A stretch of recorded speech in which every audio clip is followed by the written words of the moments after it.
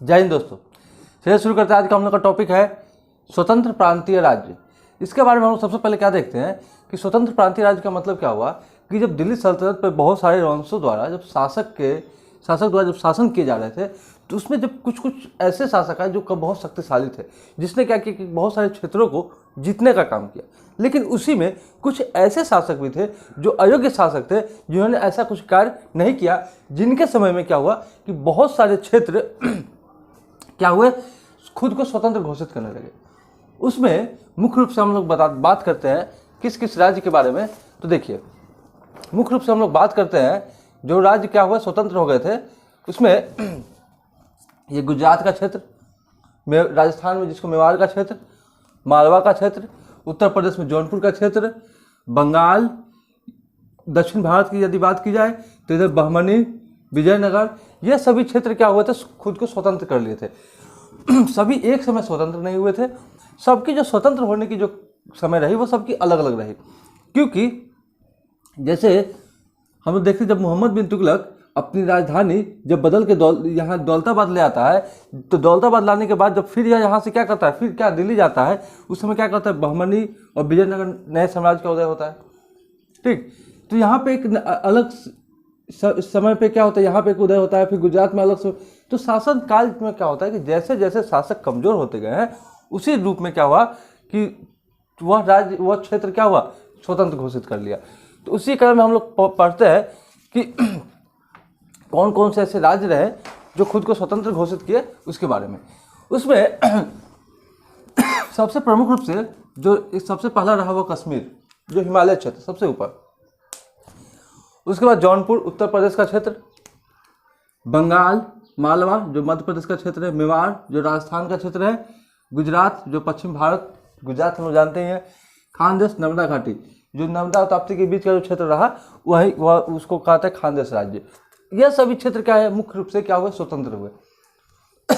अब इसके बारे में क्या देखते हैं, सबसे पहले हम लोग कश्मीर के बारे में देखते हैं। कश्मीर के बारे में देखिए, जैसे जैसे क्या हुआ कि वंश आए, बहुत सारे वंश आते, जैसे दिल्ली सल्तनत में हम लोग देखते हैं गुलाम वंश, खिलजी, तुगलक, सैयद, लोदी वंश। इन सभी वंशों में क्या होता है कि सभी वंशों में अलग अलग शासक आए। ठीक, और वो सभी शासक आने के बाद क्या हुआ, सभी अपने अपने तरीके से राज्य शासन व्यवस्था को चलाया। ठीक, उसी तरह इसमें भी जितने राज्य हम लोग देख रहे स्वतंत्र हुए, यह सभी राज्य क्या होते हैं कि जो भी राजा इस क्षेत्र को क्या करता है, स्वतंत्र घोषित करता है, वह भी क्या करता है, एक वंश का नाम दे देता है, और उसी वंश के अनुसार क्या होता है कि फिर शासन व्यवस्था चलना शुरू होता है। तो ठीक उसी तरह क्या होता है कि जो कश्मीर क्षेत्र होता है, उसमें क्या देखते हैं कि जैसे कश्मीर है, जौनपुर है, बंगाल है, तो यहाँ पर भी शासक उसी तरह आते हैं, वंश की स्थापना करते हैं, शासन व्यवस्था अपना चलाते हैं। तो उस दौरान सिर्फ एक ही राजा द्वारा क्या होती है, इस क्षेत्र पर क्या होती है, शासन नहीं होती है। इसके बाद उसका बेटा, उसका चचेरा भाई, इस तरह से क्या होता है, सभी शासक द्वारा, कई शासकों द्वारा क्या होती है, शासन होती है। जैसे दिल्ली सल्तनत में ही देखते हैं हम लोग कि कुतुबुद्दीन ऐबक, फिर आराम साहब, फिर इल्तुतमिश, रजिया सुल्तान, इस तरह से क्या होता है। ठीक उसी तरह क्या होता है, हर क्षेत्र में भी शासक क्या बदलते गए हैं। तो हम लोग जैसे दिल्ली सल्तनत में अलग अलग शासकों के बारे में देखा कि वह सभी शासक जो प्रमुख रहे, उसके बारे में हम लोगों ने पढ़ा, जो एग्जाम के दृष्टिकोण से महत्वपूर्ण है। ठीक उसी तरह हम लोग इसमें भी हम लोग क्या पढ़ते हैं कि जो क्षेत्र में जो महत्वपूर्ण शासक है उसके बारे में हम लोग पढ़ेंगे। जिसमें महत्वपूर्ण रहा एक कश्मीर का क्षेत्र, इसके बारे में हम लोग पढ़ेंगे। जैन उल आबदिल, यह कश्मीर जो क्षेत्र रहा, कश्मीर राज्य है, उसका एक प्रमुख शासक है जैन उल आबदिल। यह 1420 से 1470 यानी 50 वर्षों तक इसने अपना शासन किया। कहाँ पे, कश्मीर पे। यानी कि इसने कश्मीर को स्वतंत्र नहीं किया था, इस कश्मीर का क्या है, प्रमुख शासक के रूप में रहा। और इसने क्या किया, इसके जो प्रमुख कार्य रहे वह क्या रहा, इसने गौ हत्या पर क्या किया, प्रतिबंध लगा दिया था। यानी जैन उल आबदिन ने 50 वर्षों के शासनकाल में उसका प्रमुख कार्य के रूप में यह जाना जाता है कि उसने गौ हत्या पर क्या किया, प्रतिबंध लगा दिया था। और इसलिए और उसको एक उपाधि दी गई, कश्मीर का अकबर। यानी उसकी उदार नीतियों के कारण, जैसे अकबर एक उदार विचार का व्यक्ति था, ठीक उसी तरह इसकी भी उदार नीतियों के कारण इसको क्या किस चीज़ की उपाधि दी गई, तो वह अकबर, वह कहाँ का, कश्मीर का अकबर के रूप में इसको जाना जाता है। इसने अपने शासनकाल के दौरान महाभारत और राजतरंगिणी का फारसी में अनुवाद करवाया और इसके दरबार में रहने वाले जौन राज ने राजतरंगिणी में द्वितीय तथा उसके शिष्य श्रीवर ने क्या किया, तीसरे भाग की रचना की। यानी जो राजतरंगिणी थी उसमें जो कुछ ऐड किया था वह किसने किया था, तो इस एक जॉन राज ने और दूसरा उसका शिष्य श्रीवर ने किया था। इसने क्या किया था, अपने पुत्र से परेशान होने के कारण इसने एक शिकायतनामा पुस्तक की भी रचना की थी। किसने, जॉन उल आब्दिल ने। और इसने एक क्या किया, डल झील पर रूपलंका और सोलंका और वुलर झील पर जैन लंका नामक एक कृत्रिम द्वीप का क्या किया, निर्माण करवाया था। किसने, तो वह जैन उल आब्दिल ने करवाया था। उसके बाद देखते हैं कि 1588 में मुगल साम्राज्य में यह क्या होता है, यह क्षेत्र विलय हो जाता है। इसके शासनकाल के जब यह शासक रहता है इसके बाद और भी शासक आते हैं। ठीक, जो कमजोर शासक रहा, युद्ध हुआ, वह क्षेत्र क्या हुआ, जीत लिया। यानी 1588 में क्या हो गया, मुगल साम्राज्य विलय हो गया। अब देखा यह जाता है कि जो भी शासक क्या होता है कि दिल्ली सल्तनत में होता क्या है कि जैसे हम लोग देखते हैं कि यह क्षेत्र है, ठीक, जैसे मान लीजिए कि यह गुजरात का क्षेत्र है। ठीक, अब गुजरात के क्षेत्र पर क्या होता है कि यह पहले यहाँ पे देखते हैं हम लोग, सबसे पहले यहाँ देखते हैं बहमनी और विजयनगर साम्राज्य में। अब देखिए यहाँ पे क्या देखते हैं कि कोई भी शासक क्या होता है, दक्षिण में अभियान नहीं करता है। सभी क्या होता है, उत्तर के क्षेत्र, इतने इसी उत्तर के क्षेत्र में क्या होता है कि सभी क्षेत्र को विजय करने में लगा होता है दिल्ली सल्तनत के शासक। लेकिन जब अलाउद्दीन खिलजी आता है तो अलाउद्दीन खिलजी ने क्या करता है, इसने इस क्षेत्र के ऊपर तो सभी शासन करते हैं, नीचे कोई शासक नहीं आता है।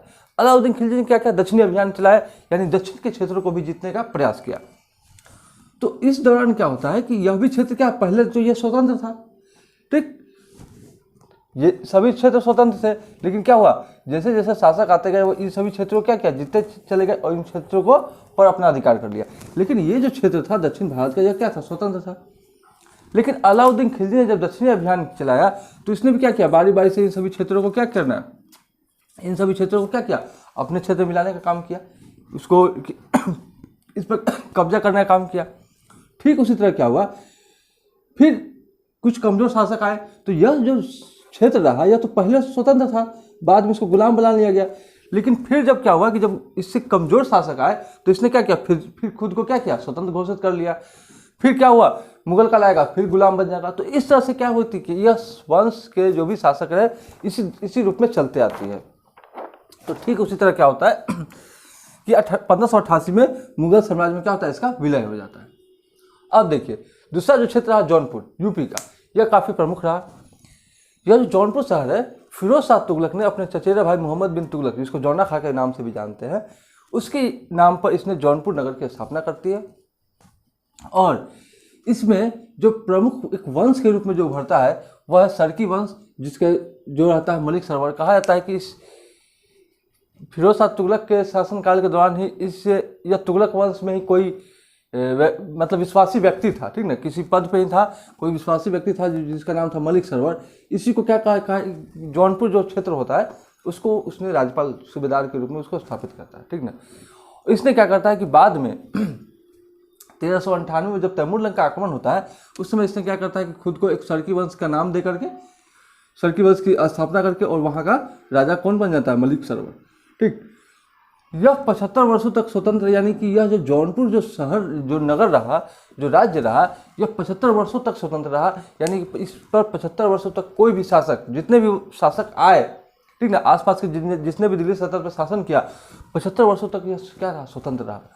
फिर क्या हुआ, इसमें इसे जौनपुर नगर को पूर्व का सिराज और भारत का सिराज कहा जाता है।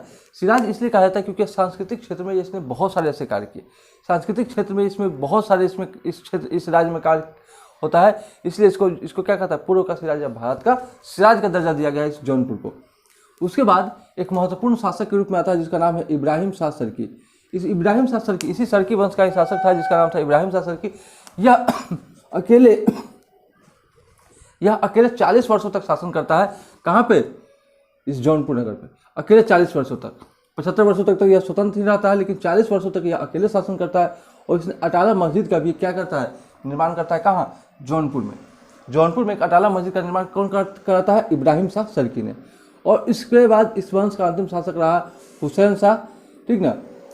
देखिए कोई भी क्षेत्र, कोई भी किसी दुश्मन पर आक्रमण करता है, यदि दुश्मन कमजोर होगा तो वह क्या करेगा, उस क्षेत्र को जीत लेगा। यदि दुश्मन मजबूत है तो क्या होगा, नहीं जीत पाएगा। ठीक उसी तरह क्या है कि जो भी मजबूत शासक आए तो वह किसी शासक को अपने ऊपर विजय होने नहीं दिए। ठीक, लेकिन जब जो कमजोर शासक आए तो उस पर क्या हुआ, दुश्मन उस पर आक्रमण करके उसको जीत लिए। ठीक उसी तरह क्या हुआ, सिकंदर लोदी ने दिल्ली सल्तनत में इसको फिर क्या हुआ, इसका अंतिम शासक हुसैन शाह रहा, इसको हत्या करके या मार दिया होगा या जो भी किया। उसके बाद दिल्ली सल्तनत में सिकंदर लोदी ने इसको क्या किया, मिला लिया। ठीक, उसके बाद हम लोग देखते हैं बंगाल का क्षेत्र। बंगाल का क्षेत्र के बारे में क्या कहा जाता है कि बंगाल का जो क्षेत्र है वो दिल्ली सल्तनत से थोड़ा दूर होने के कारण वहाँ पे क्या होता है कि हमेशा विद्रोह होते रहता है। हमेशा विद्रोह होने के कारण क्या होता है कि वहाँ के राजा, और वहाँ पे राजस्व सबसे ज़्यादा अधिक आता था, तो वहाँ पे जिसको भी सूबेदार बनाया जाता था, जिसको भी राज्यपाल बनाया जाता था, नियुक्त वहाँ किया जाता था, वह क्या होता है कि समय समय पर खुद को राजा घोषित कर लेता था। ठीक, अब वहाँ पे क्या होता है कि सबसे ज़्यादा विद्रोह होता था, तो वहाँ पे क्या होता है, एक उस बंगाल की एक राजधानी थी लखनऊ थी, ठीक ना। तो फिरोज शाह तुगलक, मोहम्मद बिन तुगलक ने क्या किया कि इस बंगाल पे बार बार विद्रोह ना हो, तो उसने क्या किया, अपने वहाँ पे 2 राजधानी बना देती है बंगाल में, ताकि विद्रोह ना हो। लेकिन ऐसी कुछ होती नहीं है। उसमें क्या होता है कि 1340 में फखरुद्दीन ने स्वतंत्र बंगाल की स्थापना कर देती है। ठीक, अब इसने क्या किया, सिर्फ 1340 में स्वतंत्र बंगाल की स्थापना कर देती है, लेकिन एक होता है कि वंश के रूप में जो शासन व्यवस्था चलती है, तो उसमें शमसुद्दीन इलियास शाह ने क्या करता है, एक इलियाज वंश की स्थापना करता है, और इसने क्या करता है, शासन व्यवस्था को वहाँ से चलाना शुरू करता है। यानी 1340 में क्या होता है, बंगाल स्वतंत्र होता है, और 1345 में शमसुद्दीन इलियास शाह ने क्या करता है कि एक बंगाल में एक इलियाज वंश की स्थापना करके वहाँ पर शासन व्यवस्था को चलाना शुरू करता है। उसके बाद जो आता है अलाउद्दीन हुसैन शाह, यानी कि जैसे हम लोग देखें कि बहुत सारे वंश आते हैं, तो ठीक उसी तरह बंगाल में क्या होता है कि यह जो इलियाज वंश है, इस इलियाज वंश के जो भी अंतिम शासक रहे, वह उसके मरने के बाद एक और वंश आता है बंगाल में ही, जिसको कहते हैं हुसैन शाह वंश। ठीक, और यह भी वंश आया, और इस वंश के बाद इस वंश का अंतिम शासक कौन रहा, गयासुद्दीन महमूद। इसको भी क्या किया, बाद में मिला लिया गया। उसके बाद देखते हैं मालवा के बारे में। मालवा का क्षेत्र जो कि जिसको हम लोग मध्य प्रदेश का क्षेत्र भी बोलते हैं, मालवा जो स्वतंत्र होता है 1401 ईस्वी में, मालवा जो स्वतंत्र हो गया 1401 ईस्वी में, मालवा स्वतंत्र हो जाता है दिलावर खां द्वारा। यह क्या होता है, इसको स्वतंत्र किया जाता है मालवा को, और इसी के द्वारा क्या किया जाता है कि लाट मस्जिद, जो धार एक जगह है, यहाँ पे क्या होता है कि लाट मस्जिद का एक निर्माण किया जाता है, किसके द्वारा, दिलावर खां द्वारा। और होशंगाबाद, इसके बाद मतलब जैसे मालवा में बहुत सारे शासक आए, उसमें एक महत्वपूर्ण शासक रहा हुसैन शाह। हुसैन शाह ने होशंगाबाद नगर तथा धार से मांडू राजधानी स्थानांतरण की, यानी जो पहले जो राजधानी थी धार, वहाँ से इसने क्या, हुसैन शाह ने क्या किया, धार से स्थापन मतलब वहाँ से हटाकर कहाँ राजधानी ले आया, मांडू में, और उसने एक मांडू का किला का भी निर्माण किया। किसने, हुसैन शाह ने। यानी कि इस मालवा में दिलावर खां आया, इसने 1401 में स्वतंत्र मालवा का स्थापना किया, और उसके बाद के काल में क्या हुआ कि जब हुसैन शाह जब अपना शासक बना, तो उसने एक होशंगाबाद नगर की स्थापना की, और इसने धार से अपनी राजधानी कहाँ ले आया, मांडू, और एक मांडू में ही मांडू का किला का निर्माण कराया। उसके बाद एक शासक आया प्रमुख रूप से नासिरुद्दीन शाह द्वारा बाज बहादुर और रूपमती महल का निर्माण कराया। मालवा जो क्षेत्र था, इस मालवा क्षेत्र के प्रमुख शासक के रूप में थे बाज बहादुर और रूपमती। ठीक, शासिका थी, यह शासक थे या शासिका थी। तो इस दोनों के नाम पर क्या किया, एक महल का निर्माण करवाया। वह किसने करवाया, नासिरुद्दीन शाह द्वारा। ठीक ना, बाज बहादुर और रूपमती महल का निर्माण करवाया गया। कहाँ पे किया गया, तो मालवा के क्षेत्र में। ठीक, अगला जो हम लोग राज्य देख रहे हैं वो है मेवाड़।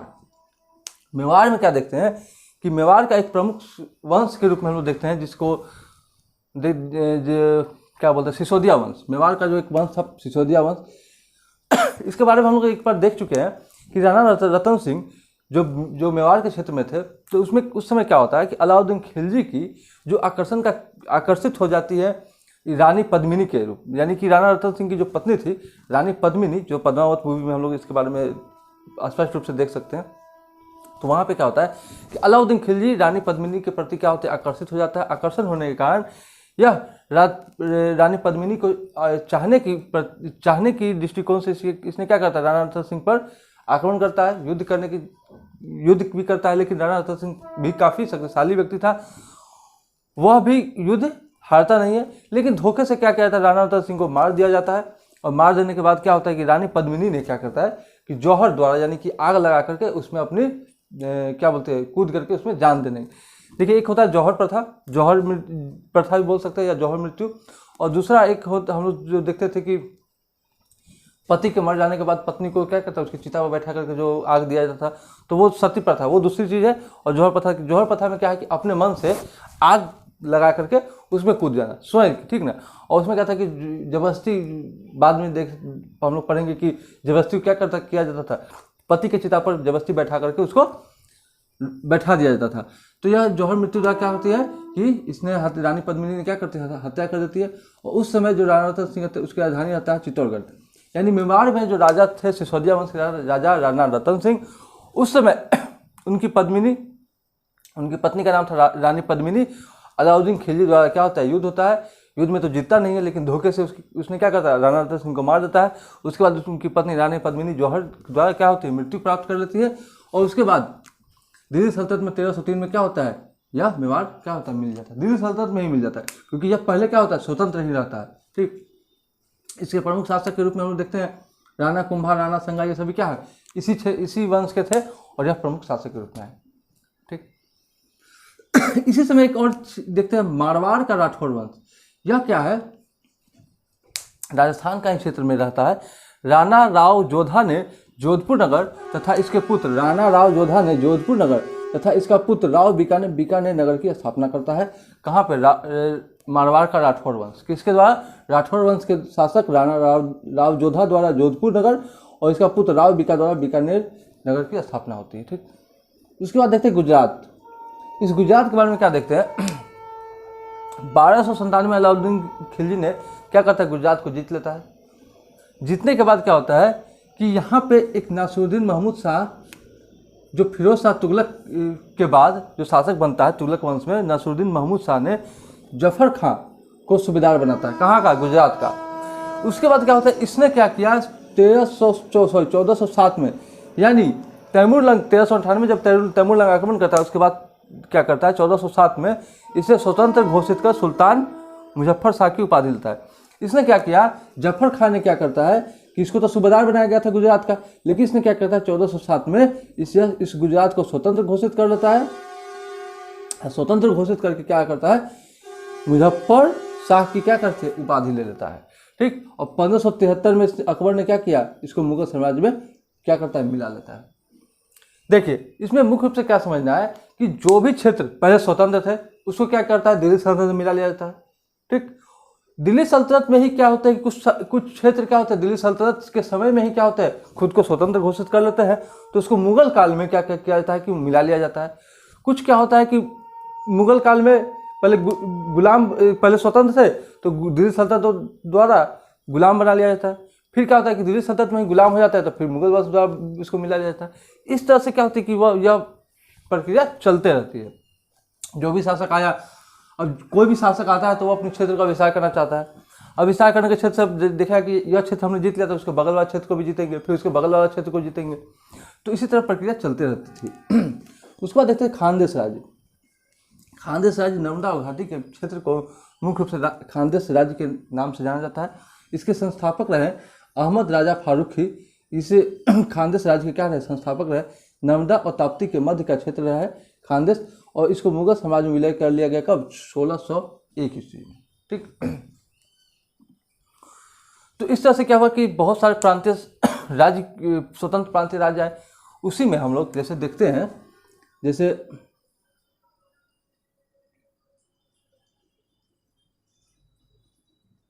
हम लोग ये देखते हैं कि यह जो भारत रहे, ठीक ना, इस भारत में हम लोग क्या देखते हैं कि जैसे जैसे शासक आए तो क्या हुआ, कश्मीर का क्षेत्र, गुजरात का क्षेत्र, मेवाड़, मालवा, बंगाल और इधर बहमनी और विजयनगर, तो यह तो उत्तर भारत का सभी जो स्वतंत्र राज्य है उसके बारे में देखें। अब हम लोग आगे देखेंगे जो दक्षिण भारत में जो प्रमुख साम्राज्य उभर के आया, बहमनी साम्राज्य और विजयनगर साम्राज्य, इसके बारे में हम लोग अगले वीडियो में देखेंगे।